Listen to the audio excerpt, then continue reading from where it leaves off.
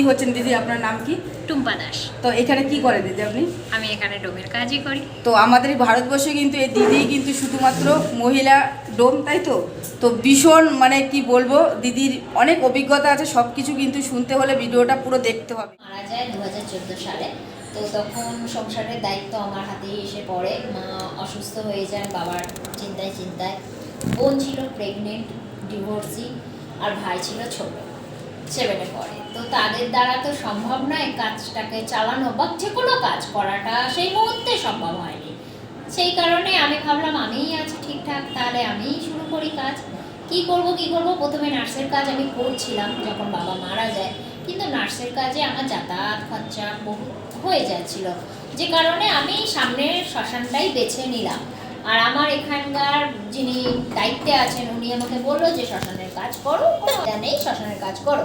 তো আমি সেই সাহস নিয়ে, মা পাশে ছিলেন, মা বললেন কোনো অসুবিধা নেই তুই কর, আমি কোনো রকম ভুলভ্রান্তি হলে আমি নিশ্চয়ই দেখব। বাবাও কি এই শ্মশানে? আচ্ছা, বাবাই পেশাতে ছিল। আচ্ছা, চাকরিটাই ধরতে গেলে আমি পেয়েছি।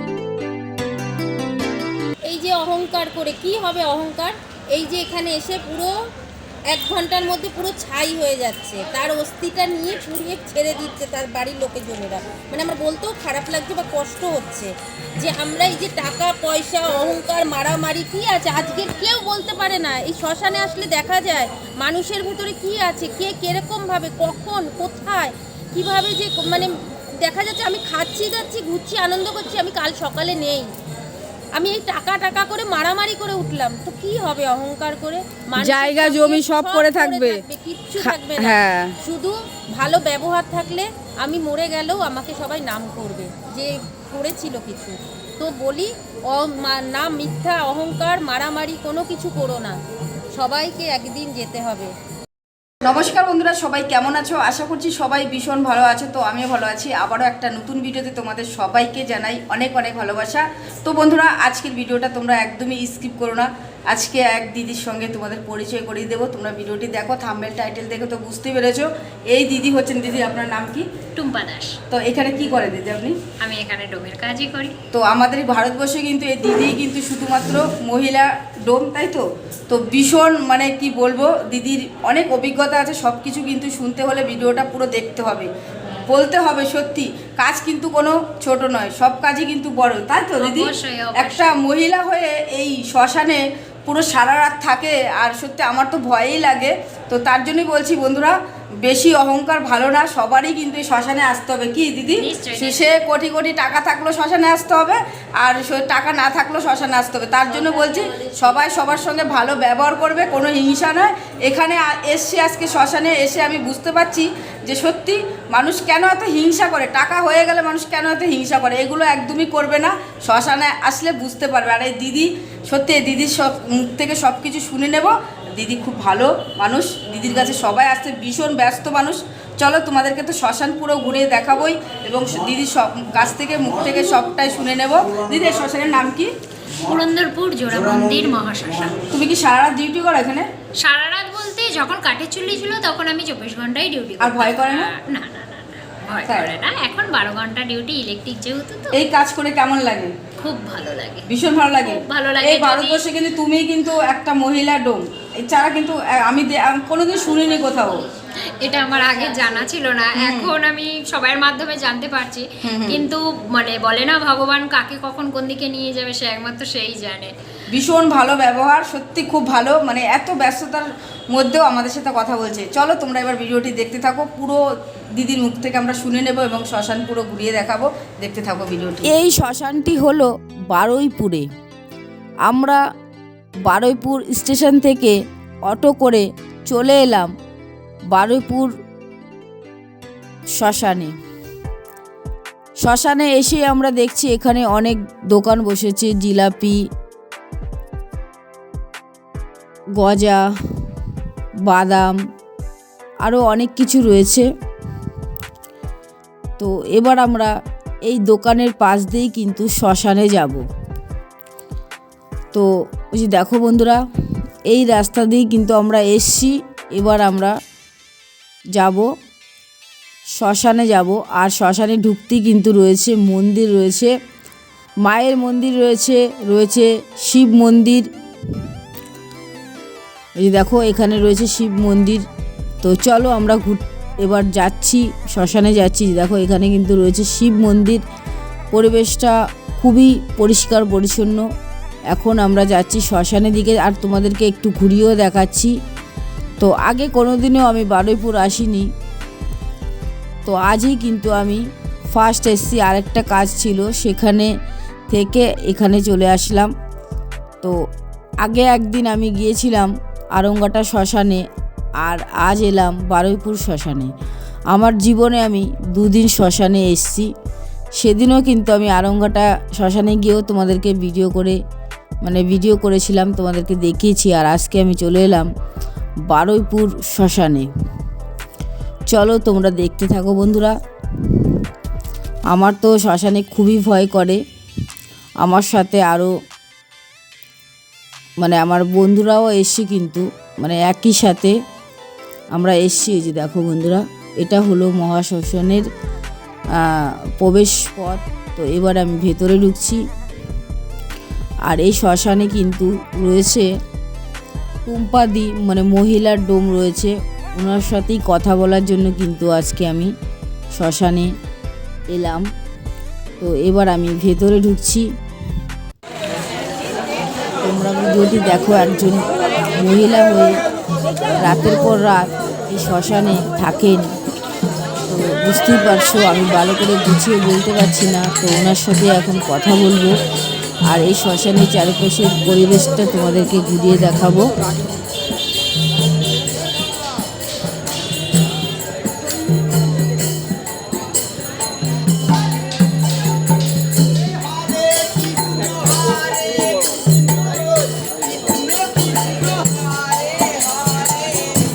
আমরা চলে এলাম টুম্পাদির কাছে।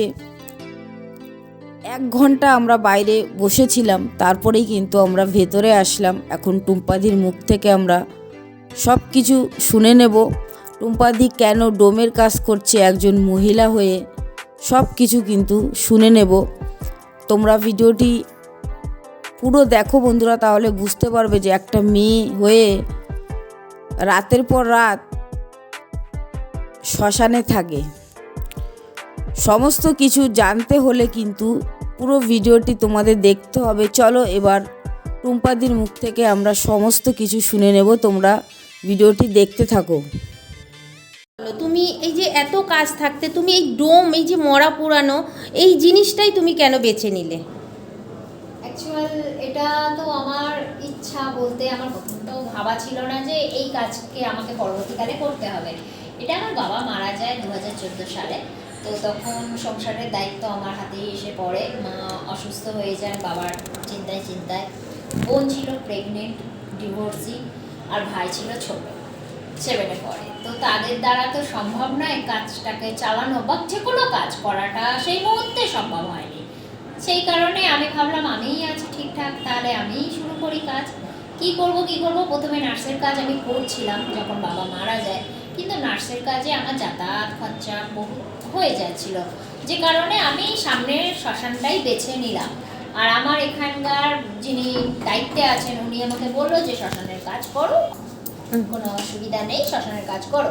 তো আমি সেই সাহস নিয়ে, মা পাশে ছিলেন, মা বললেন কোনো অসুবিধা নেই, তুই কর, আমি কোনো রকম ভুলভ্রান্তি হলে আমি নিশ্চয়ই দেখব। বাবাও কি এই শ্মশানে? আচ্ছা, বাবা এই পেশাতে ছিল।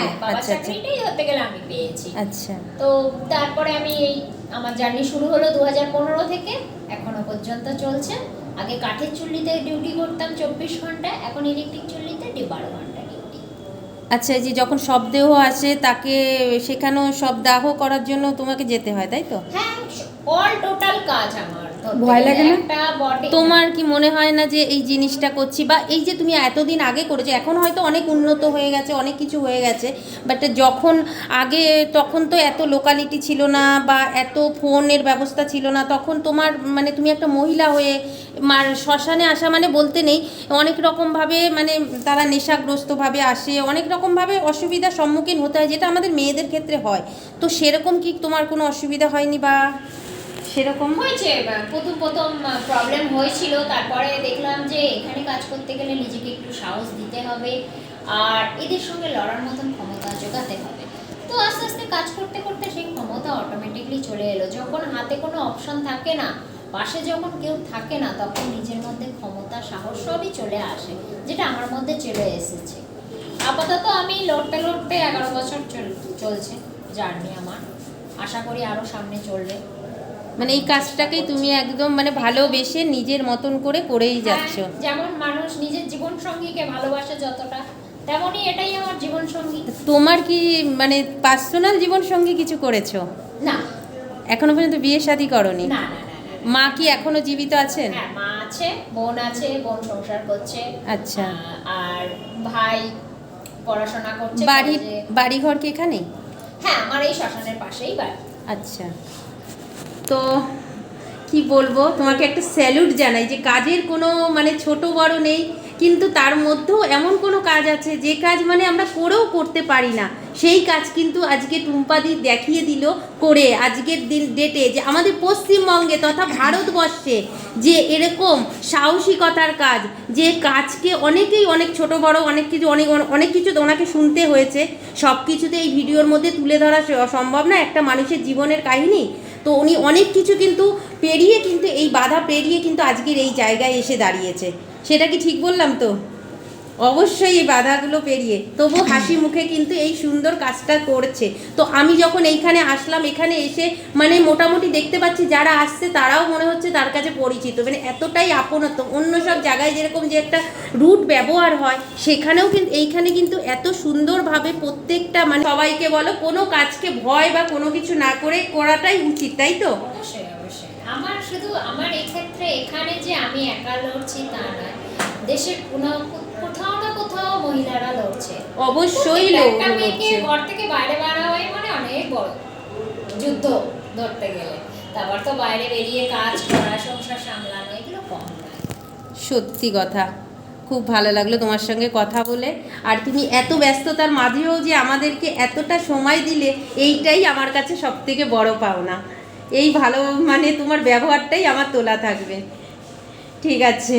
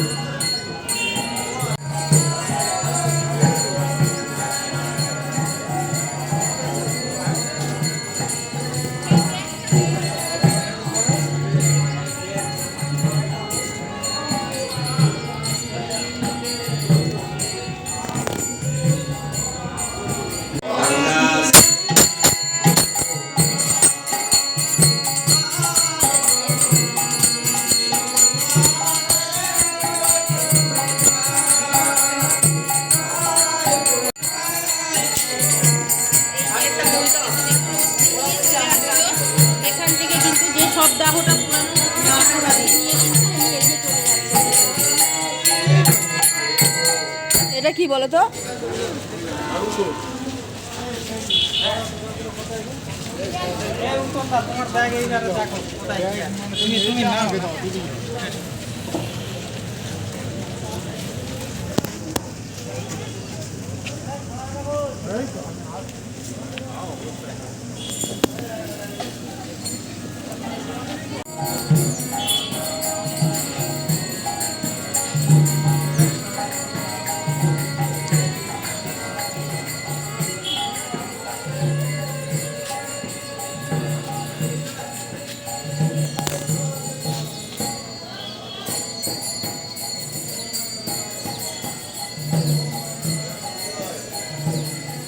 কি বলছেন? এখানে রাজা রানী থাকে। রাজা রানী থাকে এখানে? হ্যাঁ, আপনার ভয় লাগে না? কি আছে? আমি সারা থাকি এখানে। এখানে সাপ আছে, এখানে শিয়াল আছে, 6টা শিয়াল আছে। আমি ওই ঘরে ঘুমাচ্ছিলাম। তো শ্মশানের চারিদিকটা ঘুরিয়ে তোমাদেরকে দেখাচ্ছি বন্ধুরা। দেখো এখানে একটা পুকুর রয়েছে, একটু ঘুরিয়ে দেখাচ্ছি তোমাদেরকে শ্মশানের চারপাশটা।